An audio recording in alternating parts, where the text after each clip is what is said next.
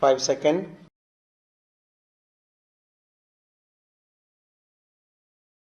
Start. The crux of the whole matter, therefore, is the inability on the part of the government to manipulate the prices in a manner whereby it may be possible to achieve crop planning in order to achieve the desired results. As long as this price structure is allowed to move in the manner in which it moving today, whatever may be the policy of the government, whosoever much credit they may pump into the agricultural sector, whatever the amenities they may give to the agriculturalist, it will not be possible for us to achieve the targets in the manner in which we want to achieve. I would have been satisfied if, as a result of this increased agriculture production, the farmer was better off.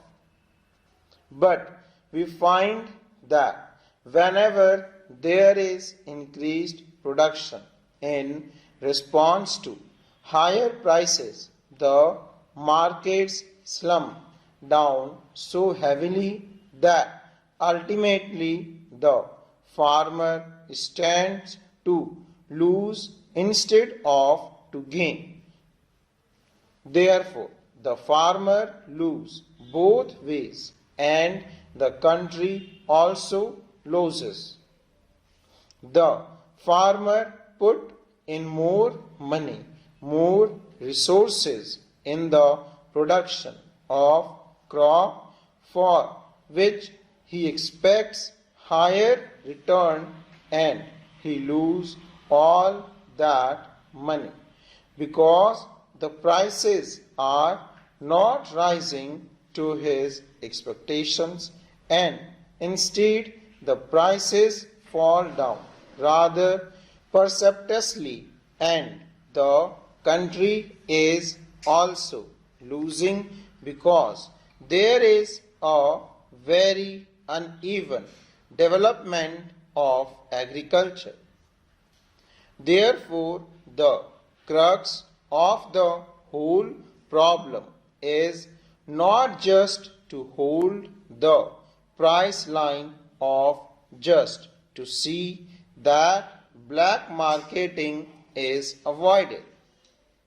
That is only one part of the job, a very important part of the price policy, and that has got to kept in mind.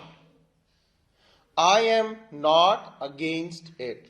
In fact, I am all for it, and I blame the government for not being able to do it so far. But this is another aspect of the price policy to which the Planning Commission, it seems to me, has not applied its mind properly so far, namely the use of price policy as an instrument of crop planning, and as long as that particular tool is not utilized for this objective, it will not be possible for us to have a planned development of our economy.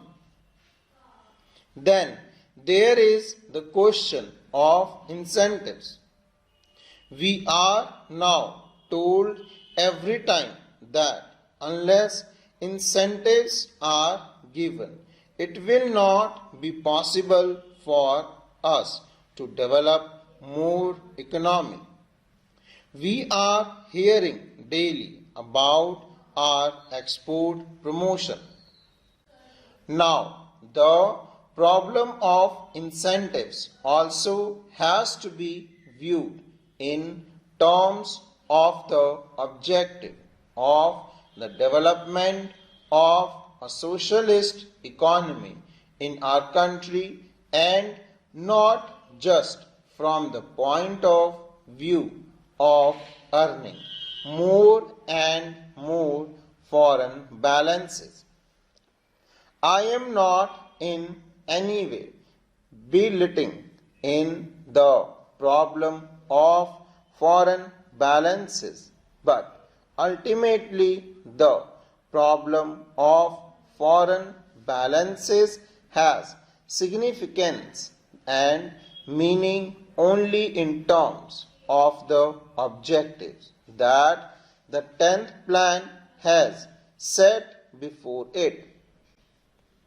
Therefore, when we are talking of incentives in order to earn more foreign balances, we have also to think of incentives in terms of achieving the objectives that we have got in mind.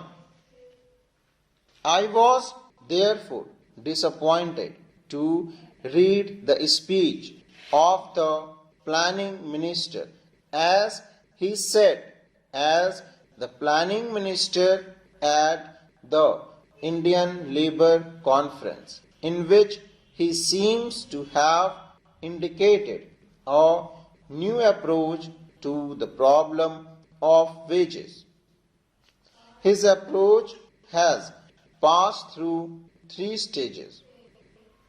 In the first stage, just after the general election, the planning minister came out with a statement that he was thoroughly dissatisfied with the way in which the wage structure had developed, and that he meant to do something about it.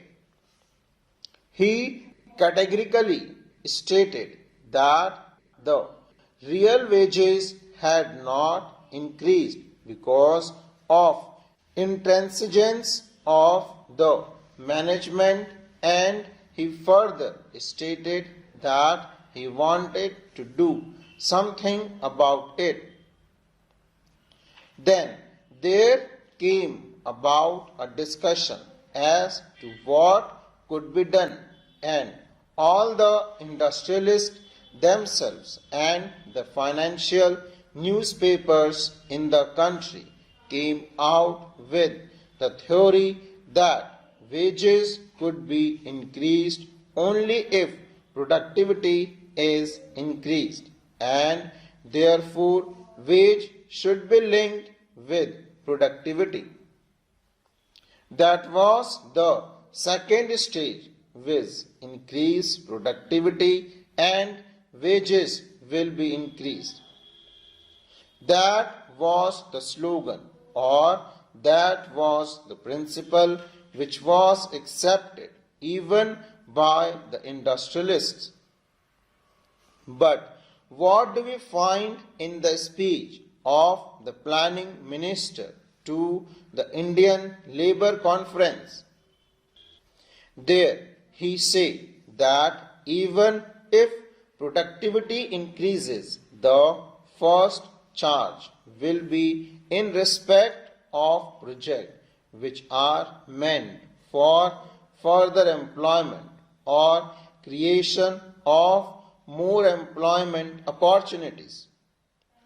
That means even if productivity increases, it is not that the workers will immediately benefit in terms of higher wages, so that it may be possible for them to improve their standard of living a little bit. Even if productivity rises, the fruits of productivity will go to schemes for creating further employment opportunities in the country.